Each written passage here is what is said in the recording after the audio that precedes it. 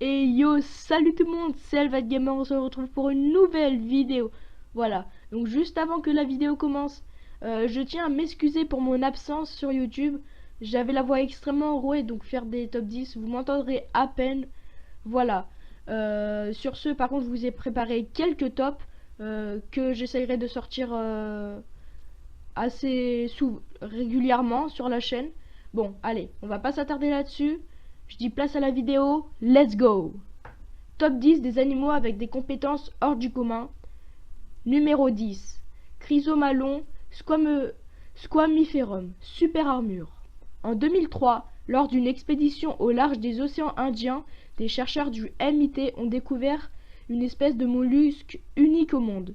Vivant à plus de 2000 mètres de profondeur, près des cheminées hydrothermales, le Chrysomalon squamiferum est le seul animal connu dont la coquille est partiellement composée de fer. Cette armure naturelle lui permet de subsister dans un milieu extrêmement hostile où les sources acides peuvent atteindre une température supérieure à 300 degrés Celsius. Mais c'est surtout contre les prédateurs que la cuirasse du chrysomalon est déterminée. Elle lui permet par exemple de résister aux puissances des pinces des crabes ou encore aux aiguillons venimeux de certains escargots de mer. Numéro 9. Emeroplens ornatus, mimétisme. L'Emeroplens ornatus est une espèce de papillon sphinx qui vit dans les forêts tropicales humides d'Amérique centrale. Sous sa forme adulte, ce lépidoptère ne présente pas de particularité remarquable, mais sa larve est dotée d'une aptitude prodigieuse. Lorsqu'elle est menacée par un prédateur, la chenille de l'Emeroplens gonfle son thorax et sa tête jusqu'à prendre l'apparence d'une vipère. D'autres chenilles tropicales sont capables d'imiter grossièrement une tête de serpent pour repousser les assaillants, mais le mimétisme de l'Emeroplens est sidérant de réalisme. Non seulement elle parvient à imiter parfaitement les yeux, les écailles et la tête triangulaire d'un serpent, mais en plus elle simule un mouvement d'attaque, comme si la vipère s'apprêtait à mordre. La nature n'est pas allée jusqu'à doter la chenille de l'Emeroplens d'un véritable venin, comme certains de ses cousins, mais un incroyable métamorphose suffit à dissuader les ennemis potentiels de venir vérifier. Numéro 7. Ontomphagus taurus, super fort. Au début de l'année 2010, des chercheurs anglais et australiens ont décerné le titre d'insecte le plus fort du monde à une espèce de scarabée bousier, l'Ontomphagus taurus. Après étude, ils ont déterminé que ce scarabée était capable de tirer 1141 fois son propre poids, soit 30% de plus que le scarabée rhinocéros, précédent détenteur du record. Pour un humain, cela équivaudrait à pouvoir soulever environ 80 tonnes, soit une quinzaine d'éléphants ou encore une cinquantaine de voitures superposées. Numéro 6. Turritopsis nutricula, immortalité. Turritopsis nutricola est une petite méduse qui ne dépasse pas les 5 mm de diamètre, mais qui fascine le monde scientifique. C'est la seule créature connue capable d'inverser son processus de vieillissement. Grâce à un mécanisme cellulaire nommé transdifférenciation, elle est capable de retrouver sa forme juvénile après avoir atteint l'âge adulte, ce qui la rend potentiellement immortelle. Numéro 5.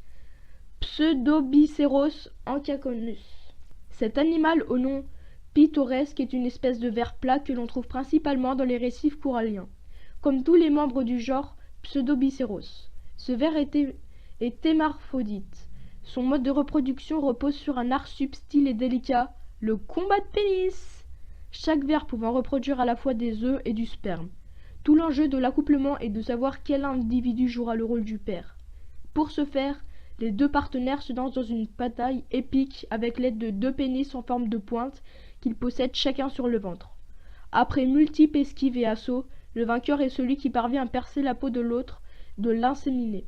Et le perdant devra endosser le difficile rôle de mère qui lui réclamera beaucoup plus de temps et d'énergie. Numéro 5. La pieuvre Dumbo.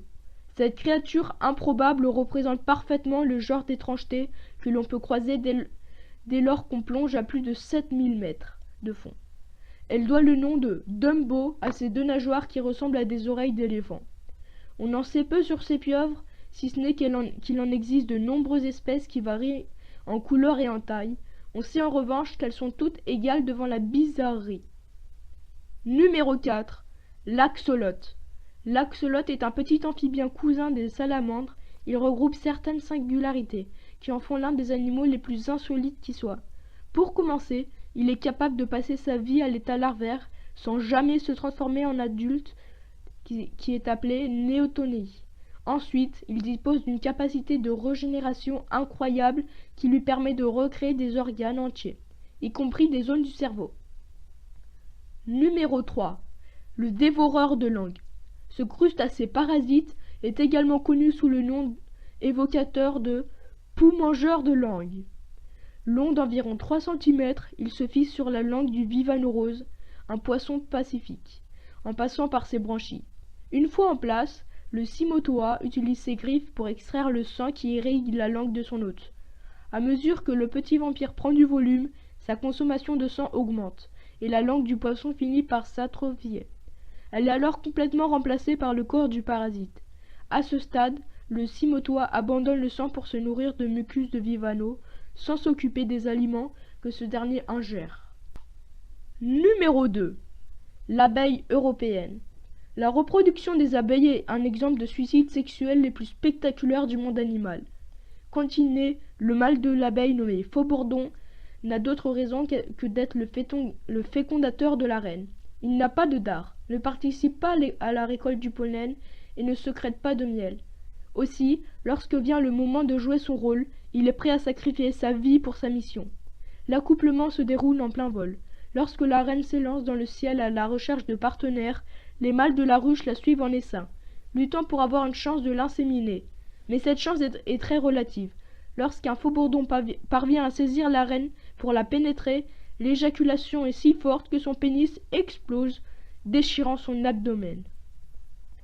Et enfin, numéro 1, Chironex fleckeri, super venin.